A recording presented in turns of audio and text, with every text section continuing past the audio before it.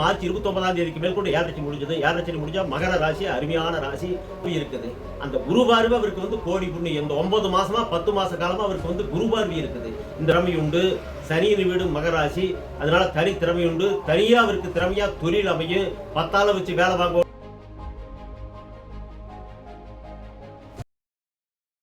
வாழ்க வளமுடன். இந்த வருஷம் மகர ராசிக்கு வந்து சனி விலகுதுன்னு சொல்கிறாங்க. எப்படி இருந்தது? இப்போ விலகுனா உங்களுக்கு எப்படி மாற்றம் அடையும்? அதை பற்றி கொஞ்சம் சொல்லுங்கள். மகர ராசினா அருமையான ராசிங்க. மகரத்தில் பிறந்தால் நகரத்தை ஆளக்கூடிய சக்தி அந்த மகர ராசிக்காரருக்கு இருக்கு.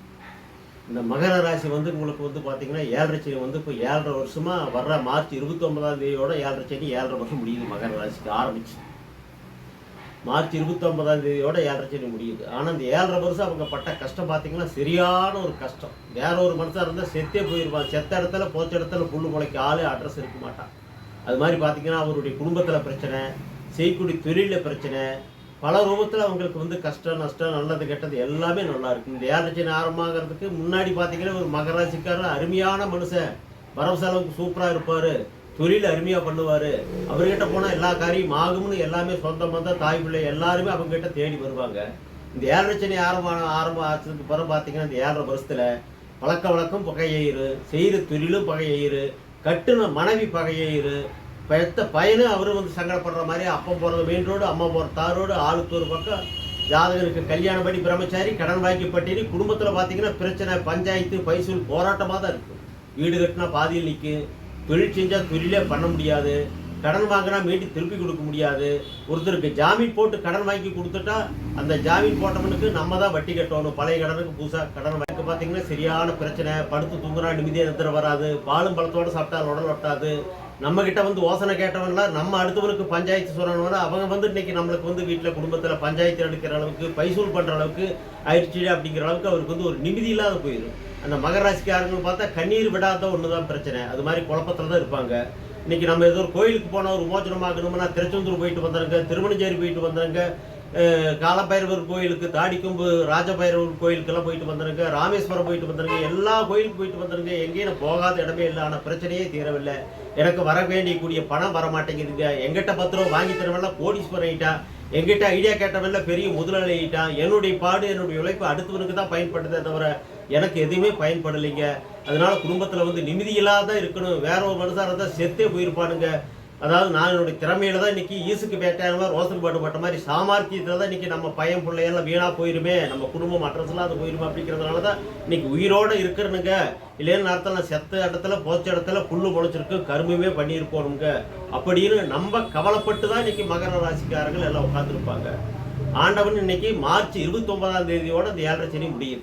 இது வரைக்கும் இவங்க பட்ட கஷ்டம் அதிகமான கஷ்டம். ஆனால் இதுக்கு மேல் கொண்டு மார்ச் 29ஆம் தேதிக்கு மேல் கொண்டு ஏழரை சனி முடிஞ்சது. ஏழரை சனி முடிஞ்சால் மகர ராசி அருமையான ராசி. மகரத்தில் பிறந்தால் நகரத்தையே ஆளணும். அவருக்கு தனி திறமை உண்டு. சனியின் வீடு மகராசி, அதனால தனி திறமை உண்டு. தனியாக அவருக்கு திறமையாக தொழில் அமையும். 10 ஆளை வச்சு வேலை வாங்கணும். 10 வெத்தலைக்கு முகத்திலேயே பவராக தொழில் செய்யணும், பிரகாசமாக தொழில் செய்யணும். குடுக்கல் வாங்கல் வியாபாரம் அடிமை தொழில் ஆகாது.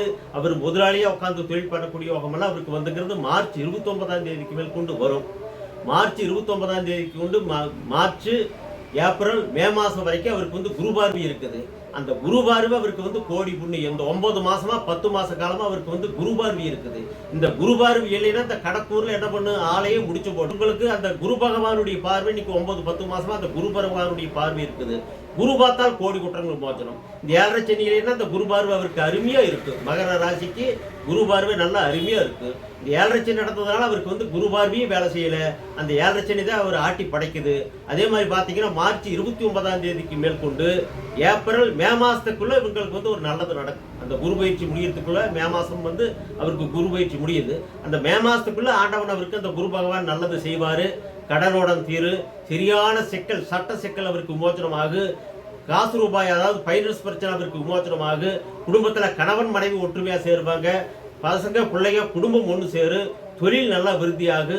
மீண்டும் அவருக்கு வந்து ஆயுள் பாகம் கெட்டி எவ்வளவு தீராத வேணா ஆறாவது ஒன்று ஆப்ரேஷன் பண்ணுங்க, வைத்தியம் பார்த்தவங்க தீரவே இல்லைன்னா அவருக்கு வந்து இந்த குரு பகவானுடைய கிரவையில கண்டிப்பாக ஒரு விமோச்சனம் கிடைக்கும். பட்டப்பட்டுக்கு அந்த பலரும் உழைப்புக்கு ஊதியம் கிடைக்கும், தொழில் நடக்கும், கடன் கட்டுவார். அவர் மீண்டும் ஒரு முதலாளியாக வரக்கூடிய ஒரு வாய்ப்பு வந்து அவருக்கு வந்து மே மாதத்துக்குள்ளே கண்டிப்பாக இந்த குரு பகவான் கொடுப்பாரு. 7.5 சனி முடிஞ்சாலும் அவருக்கு வந்துங்கிறது மீண்டும் அவருக்கு வந்து அந்த மகர ராசிக்காரருக்கு நல்ல திசா புத்தி நடந்தால் அவருடைய வாழ்க்கை நல்ல அருமையாக இருக்குது.